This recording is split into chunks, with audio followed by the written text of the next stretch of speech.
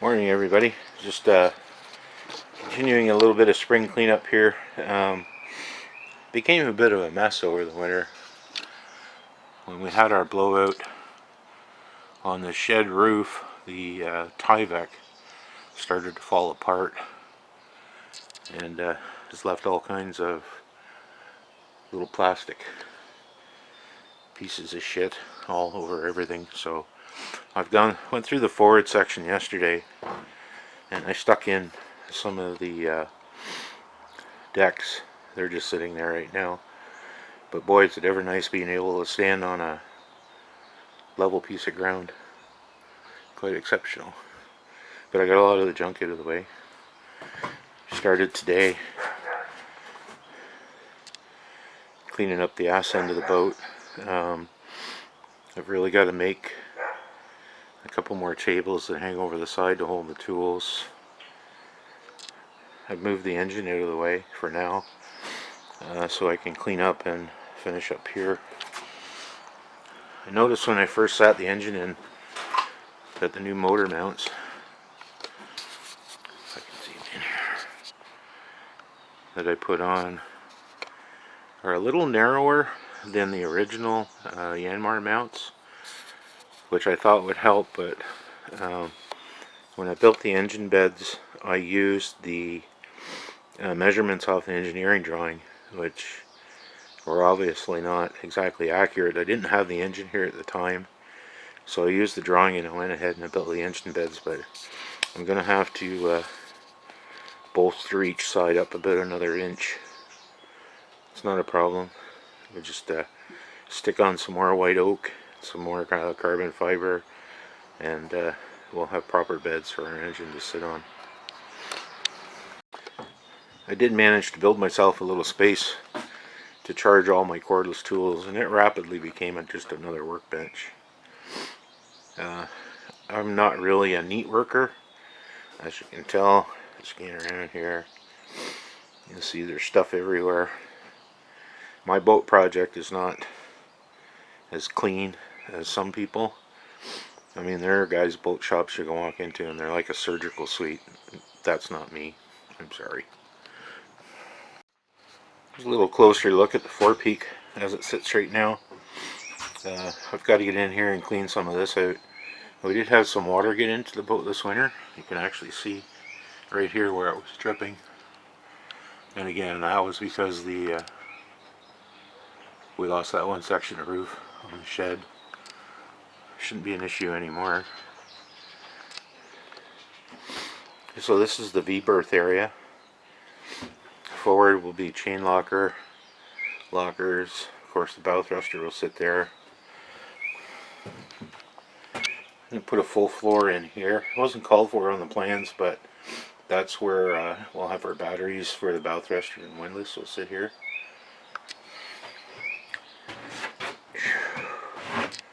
This is just looking aft. On the port side, that'll be the head area where the blue boxes will be the vanity. Over in that section will be the head, stand-up shower. Going back over to the starboard side, this section will eventually be the wife's sewing / craft area with some drawers and a chair. I want to get one of those chairs that hooks onto the bulkhead, swings in and out. Behind that, and what's a void space right now, will be, I think, ice maker, air conditioner, and the main bulkhead comes in here. So on that main bulkhead will be the main electrical access panel. So looking back aft, again, it's really tight for space, so I'm going to build another shelf arrangement such as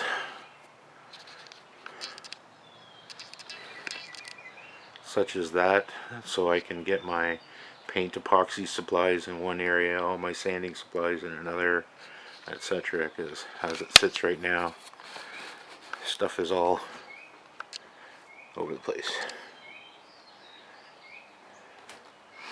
So the rest of the day I'm going to continue to clean up and get some organization going on. Maybe cut the front panel for the bow section. Get it ready to go. It's still a little cool for epoxy work, but by this time next week we should have the epoxy back in the shed and we can get back to work on the tank beds, etc.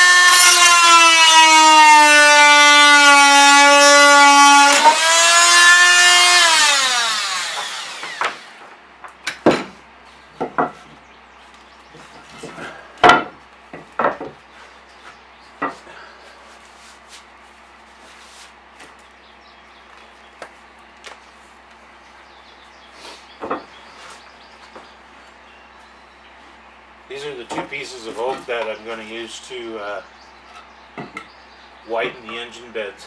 I'll scab these on just like this. It's going to give me the extra width I need. I explained a little earlier that I used the dimensions from the engineering drawings because I didn't have the engine on hand at the time. And with the new motor mounts, the engine beds are just a little too narrow, so this will give me the width that I need.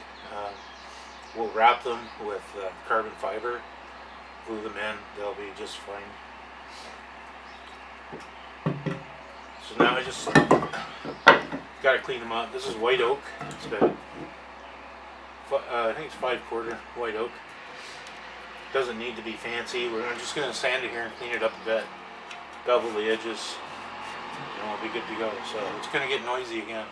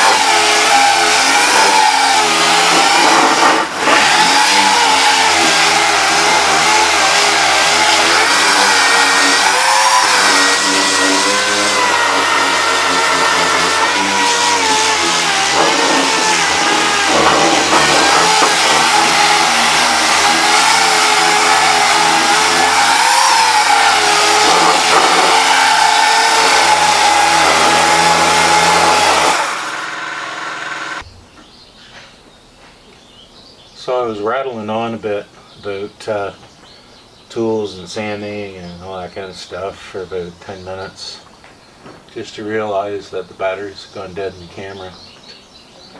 Rookie mistake, I know. I didn't have my monitor set up today, and otherwise I would have seen what was going on. But anyways, I sanded up the beds, cleaned them up a little bit, sanded up the white oak that will get scabbed onto the engine beds to widen them. That's not a big deal. When it warms up a little bit, I can use epoxy again. I'll do that straight away. They'll get a couple layers of fiberglass and a couple layers of maybe basalt or carbon fiber, I'm not sure which. I think I had basalt left.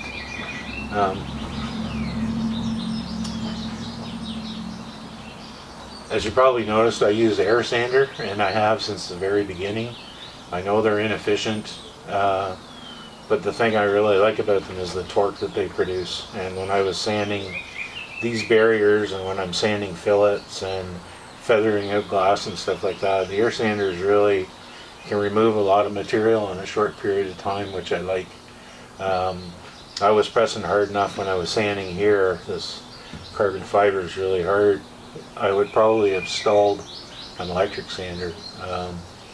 Again, I don't spend too much on tools. I'll burn them up. I can't, for one project, I can't justify, you know, spending $750 on a Festool or a fine sander. Maybe if I made my living from my tools, I would, but I don't, so I really don't see the benefit of spending that much money on tools like that. What I did do this year was I got myself some DeWalt cordless tools, the 20 volt versions.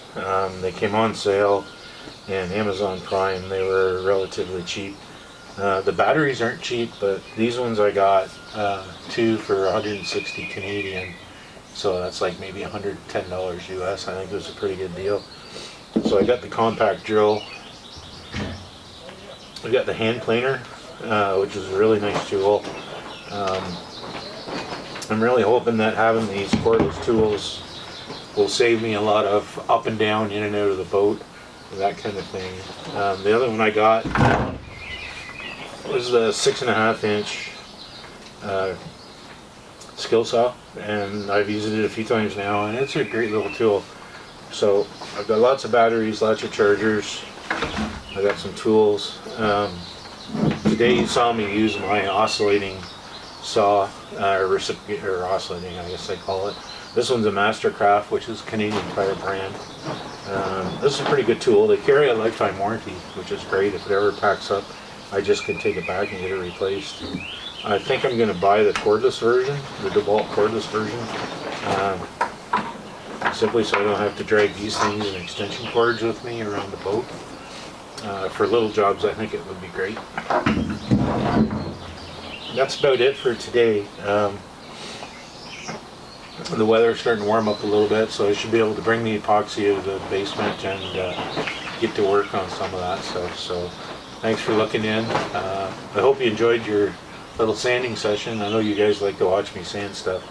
There's going to be a lot more of that in the future to come. So again, thanks for looking in. Stand by.